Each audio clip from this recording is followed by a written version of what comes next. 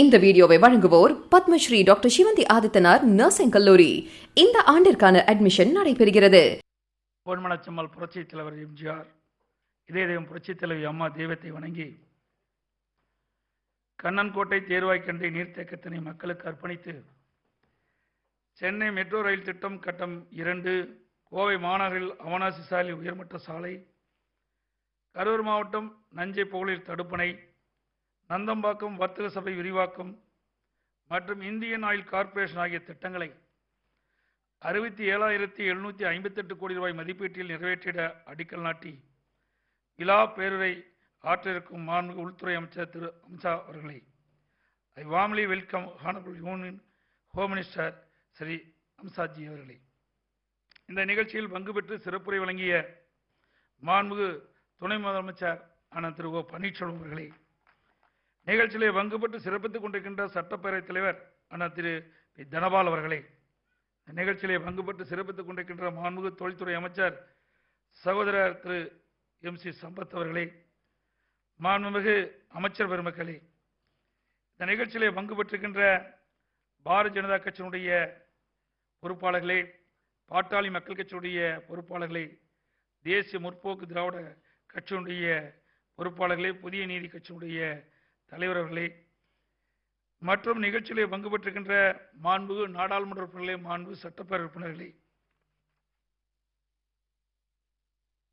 தமிழ்நாடு அரசின் தலைமைச் செயலாளர்களே, நன்றியுரை ஆற்றுகின்ற தொழில்துறை முதன்மை செயலாளர் அவர்களே, மற்றும் இந்த நிகழ்ச்சியிலே பங்கு பெற்று சிறப்பித்துக் கொண்டிருக்கின்ற மத்திய மற்றும் மாநில அரசின் உயர் அலுவலர்களே, முன்னாள் நாடாளுமன்ற மற்றும் சட்டமன்ற உறுப்பினர்களே, வாரிய தலைவர்களே, முன்னாள் அமைச்சர் பெருமக்களே, பத்திரிகை மற்றும் ஊடகத்துறை நண்பர்களே, பெரியோர்களே, தாய்மார்களே, உங்கள் அனைவருக்கும் முதற்கண் எனது நன்றி கலந்த வணக்கத்தை தெரிவித்துக் கொள்கின்றேன்.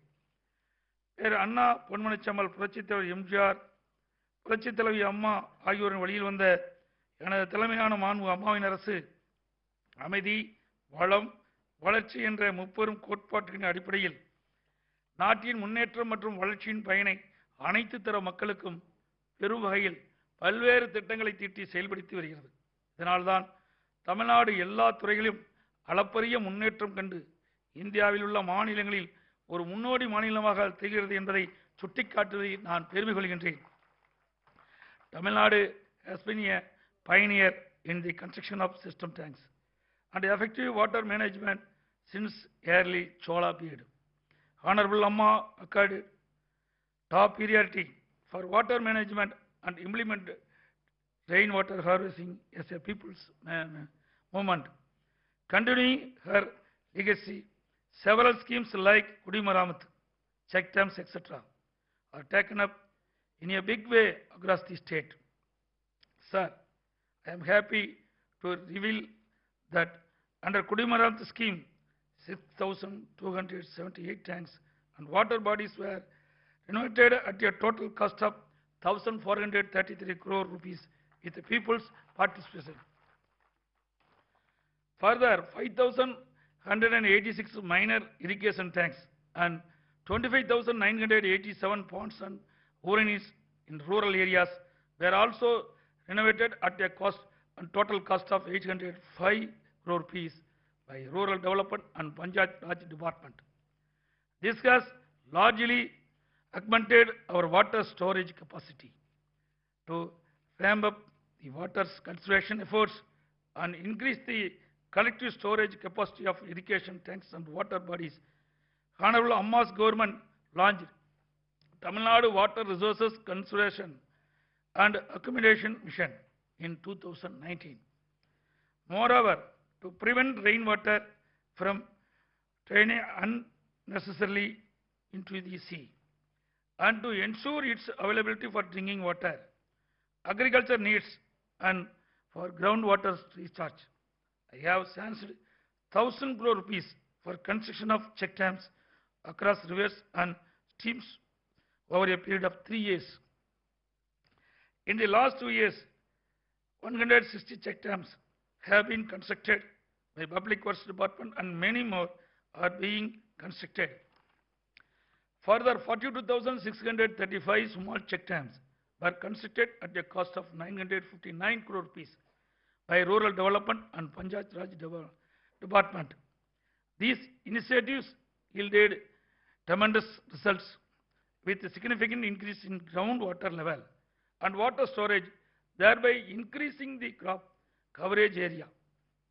The widespread rains during southwest and the current northeast monsoon periods have greatly improved the storage level in all the water bodies which are renovated in the last 4 years. Due to the meticulous planning in the desilting channels in the delta area, after I opened the shutters of Metro Dam for Kuruvai cultivation on June 12th, the water reached the tail and end areas 10 days earlier than usual. This had a major impact wherein the delta farmers have brought 4.12 lakh acres under cultivation, bringing a 30-year-old record. Due to this, Tamil Nadu has achieved a record procurement of 32 lakh metric ton of paddy. Chennai மக்கள் தாகத்தை தீர்த்து வைத்தவர் மாண்பு புரட்சித் தலைவி அம்மா அவர்கள் கண்ணன்கோட்டை தேர்வாக்கண்டி நீர்த்தேக்கத்தினை அமைத்து சென்னையின் குடிநீர் தேவையை பூர்த்தி செய்ய திட்டமிட்ட மாண்பு அம்மாவின் கனவை மாண்பு அம்மாவின் அரசு 380 கோடி ரூபாய் செலவில் செயல்படுத்தி தற்போது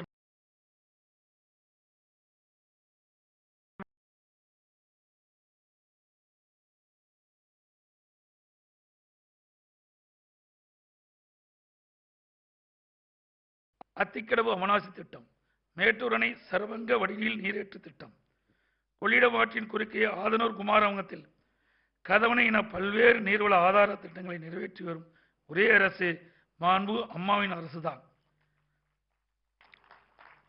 தமிழ்நாடு முழுவதும் மழைநீர் சேகரிப்பு மற்றும் நீர் மேலாண்மை திட்டங்களை சிறப்பாக செயல்படுத்தியதன் மூலம் இன்று தமிழ்நாட்டில் நிலத்தடி நீர்மட்டம் உயர்ந்துள்ளது. வரும் பருவ காலங்களில் நிலத்தடி நீர் மற்றும் மேலும் அதிக அளவு உயர வழிவகை செய்யப்பட்டுள்ளது. மேற்கண்ட முயற்சிகளால் தான் மத்திய அரசு 2019-2020 ஆண்டிற்கான நீர் மேலாண்மை திட்டங்களை இந்தியாவிலேயே சிறப்பாக செயல்படுத்திய முதல் மாநிலம் தமிழ்நாடு தேர்வு செய்து தேசிய விருதை வழங்கியுள்ளது. The initiatives in water management and conservation was recognized by the Minister of Jal Shakti, Government of India, and recently Tamil Nadu was awarded the first place in the country for the year 2019-2020. Karur மற்றும் நாமக்கல் மாவட்ட மக்களின் நீண்ட நாள் கோரிக்கையினை நிறைவேற்றும் வகையில் காவிரி ஆற்றின் குறுக்கே நஞ்சை புகழில் 1140 மீட்டர் நீளத்திற்கும் 3 மீட்டர் உயரத்திற்கும் 406 கோடி ரூபாய் மதிப்பீட்டில் கதவணை அமைக்க இன்று அடிக்கல் நாட்டப்பட்டுள்ளது. இதன் மூலம் 0.8 TMC தண்ணீரை சேமிப்பதோடு 4041 ஏக்கர் நிலங்கள் பாசன வசதி பெறும். Respected sir, I request you to consider extending necessary support of speedy approval of important projects initiated by the state government, like Narandai Valley Kaveri, Godavari Kaveri river linking, Kaveri Vaigai Gundar river linking, etc., which are pending approval by Government of India. In this regard, I am submitting a memorandum to you, sir. மாண்பு புரட்சித் தலைவி அம்மா அவர்கள் சென்னை மாநகரத்தை உலகத்தரத்துக்கு இணையாக மேம்படுத்த பல்வேறு துறையின் சார்பில் திட்டங்கள் வகுத்து செயல்படுத்தினார்கள். மாண்பு புரட்சித் தலைவி அம்மா அவர்களின் வழியில் செயல்படும் அம்மாவின் அரசும் மாண்பு அம்மா அவர்களின் எண்ணங்களை நிறைவேற்றுகின்ற வகையில் சென்னை மெட்ரோ ரயில் திட்டத்தை மிகுந்த முனைப்புடன் செயல்படுத்தி வருகிறது.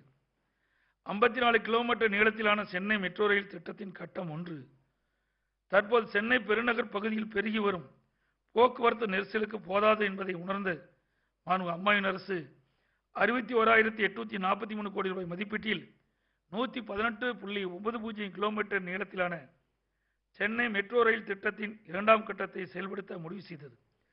இந்த 2ஆம் கட்டத்தில் மாதவரம் முதல் சிப்காட் வரையில் ஒரு வழித்தடமும், கலங்கரை விளக்கு முதல் பூந்தமல்லி புறவழிச்சாலை வரை ஒரு வழித்தடமும், மாதவரம் முதல் ஆலத்தூர் வழியாக சோழிங்கநல்லூர் வரை ஒரு வழித்தடமும் உள்ளது. மேற்கண்ட அனைத்து வழித்தடங்களும் அமைப்பதற்கு வெளிநாட்டு நிதி உதவி இறுதி செய்யப்பட்டுள்ளது. The phase 1 of Chennai Metro Rail Limited has been a successful joint venture of the Government of India and Government of Tamil Nadu with equal equity participation.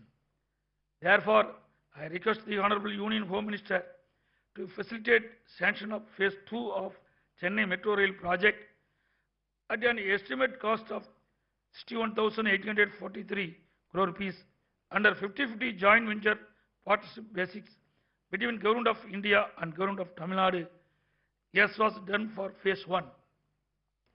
சாலை போக்குவரத்தினை மேம்படுத்துவதில் மாண்புமிகு அம்மாவின் அரசு தொடர்ந்து கவனம் செலுத்தி பல்வேறு திட்டங்களை செயல்படுத்தி வருகிறது. இன்று அடிக்கல் நாட்டப்பட்ட கோயம்புத்தூர் மாநகரம் அவனாசி சாலையில் கோல்ட்வின்ஸ் முதல் உப்பிலிபாளையம் வரை உயர்மட்ட சாலை வழித்தடம் அமைய உள்ள சாலையானது கோயம்புத்தூர் மாநகருக்கு மிக முக்கியமான சாலையாகும். இச்சாலையில் பல பள்ளிகள், கல்லூரிகள், மருத்துவமனைகள் மற்றும் விமான நிலையம் அமைந்துள்ளதால் எப்போதும் போக்குவரத்து நெரிசலுடன் காணப்படுகிறது. எனவே இந்த உயர்மட்ட சாலை வழித்தடம் அமைந்தால் போக்குவரத்து நெரிசல் மிகவும் குறையும். இத்திட்டத்திற்கு 1621 கோடி ரூபாய் மதிப்பீட்டில் நிர்வாக ஒப்புதல் வழங்கப்பட்டு இன்று அடிக்கல் நாட்டப்பட்டுள்ளது. Sir, Tamil Nadu is the most favored destination for investments in the country. I am happy to inform that my government has signed 55 MOUs in the current financial year with an investment of 40,719 crore rupees, providing employment of over 65,000 persons. The fact that this was achieved during the COVID pandemic makes it extra special.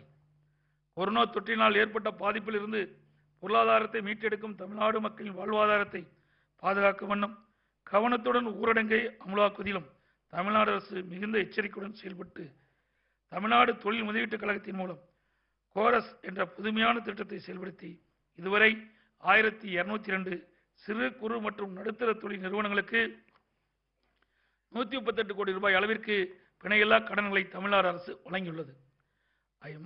I must congratulate and thank the central government for starting the national economic recovery through multiple stimulus packages. Tamil Nadu benefited immensely from the steps taken by Government of India for post-COVID economic recovery. I am happy to inform the Honorable Home Minister that Tamil Nadu stands second in the country in providing assistance under the Emergency Credit Line Guarantee Scheme. The public sector banks in Tamil Nadu have disbursed loans amounting to 6,980 crore rupees so far under this scheme. Indian Oil Corporation's POL Terminal Integrated Loop Complex and Captive Jetty at Kamarajar Port at a cost of 3,200 crore rupees will contribute significantly to the energy security of the state. The expansion of Chennai Trade Center at a cost of 309 crore rupees will add over 20,000 square meters of additional convention space to Chennai city and will help to position the city as a destination for global conventions and conferences. It will also contribute towards business development and export promotion. At this juncture, I would like to inform you that various measures were taken by the Honorable Amma's government in controlling the spread of COVID-19 pandemic successfully. Out of 7,66,677 persons tested positive as on date, only 13,400 are active cases in the state. The positive cases per day has reduced much from about 600 per day to less than 1,600 now. It is because of these proactive steps, the Honorable Prime Minister commended the efforts of the Tamil Nadu government. தமிழ்நாட்டின் corona பரவல் குறைந்த ஒரு சூழல் நீங்கவும் நீடிக்கவும் அதனை முழுமையாக தடுக்கும் நாம் அனைவரும் தொடர்ந்து பாடுபட வேண்டும். இன்று திறந்து வைக்கப்பட்ட மற்றும் அடிக்கல் நாட்டப்பட்ட திட்டங்களை முழுமையாக நிறைவேற்ற அள்ளும் பகலும் அயராது உழைத்த அனைத்து அலுவலர்களுக்கும் பொறியாளர்களுக்கும் பணியாளர்களுக்கும் உழைப்பாளர் நண்பர்களுக்கும் என்னுடைய உளமார்ந்த நன்றியை தெரிவித்துக் கொள்கின்றேன். மாண்புமிகு கழகத்தினுடைய ஒருங்கிணைப்பாளர் மாண்புமிகு துணை முதலமைச்சர் அண்ணன் அவர்கள் குறிப்பிட்டார்கள். பாரத பிரதமர் அவர்கள் இன்றைக்கு ஒரு கடுமையான சோதனையான இந்த தருணத்தில் நாட்டு மக்களுடைய ஒத்துழைப்போடு மிக திறமையாக இன்றைக்கு வல்லரசு நாடுகளே பாராட்டுகின்ற அளவுக்கு இன்றைக்கு ஆட்சி செய்கின்ற பார்வையை நாம் பார்க்கின்றோம். இன்றைக்கு உலகத்தையே அச்சுறுத்தி கொண்டிருக்கின்ற கொரோனா வைரஸ் நோய் பரவலை இன்றைக்கு அல்லும் பகலும் பாராமல் உழைத்து அந்த நோய் பரவலை தடுப்பதற்காக கடுமையாக முயற்சி செய்து வருகிறார் பாரத பிரதமர் அவர்கள். ஆகவே அவருடைய கடுமையான முயற்சிக்கு தமிழகம் எப்பொழுதும் துணை நிற்கும் என்பதை நேரத்தில் தெரிவிக்க விரும்புகின்றேன். அதற்கு துணையாக நம்முடைய உள்துறை அமைச்சர் மரியாதைக்குரிய அமித்ஷா அவர்கள் அவருக்கு துணையாக இருந்து இன்றைக்கு அவர்கள் போடுகிற பாரத பிரதமர் போடுகின்ற திட்டங்களை மிகச் சிறப்பாக இன்றைக்கு செயல்படுத்தி இன்றைக்கு வல்லரசு நாடுகளில் தமிழ்நாடு இந்தியாவும் இடம்பெறுகின்ற அளவுக்கு இன்றைக்கு வளர்ந்து வருகின்ற காட்சியை நாம் பார்க்கின்றோம். எனவே இன்றைக்கு வல்லரசு நாடுகள் பாராட்டுகின்ற அளவுக்கு இந்தியா வளர்ந்திருக்கின்ற சொன்னால் பாரத பிரதமர் மாண்புமிகு நரேந்திர மோடி அவர்களும் மாண்புமிகு உள்துறை அமைச்சர் அமித்ஷா அவர்களும் எடுத்த முயற்சி தான் காரணம் என்பதை இந்த நேரத்தில் தெரிவித்து, நாடாளுமன்ற தேர்தலில் அமைக்கப்பட்ட கூட்டணி தொடரும் என்பதை இந்த நேரத்தில் தெரிவித்து,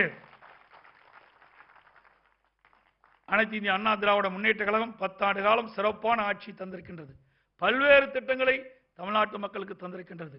இன்றைக்கு தேசிய அளவிலே பல்வேறு விருதுகளை நாங்கள் பெற்றிருக்கின்றோம்.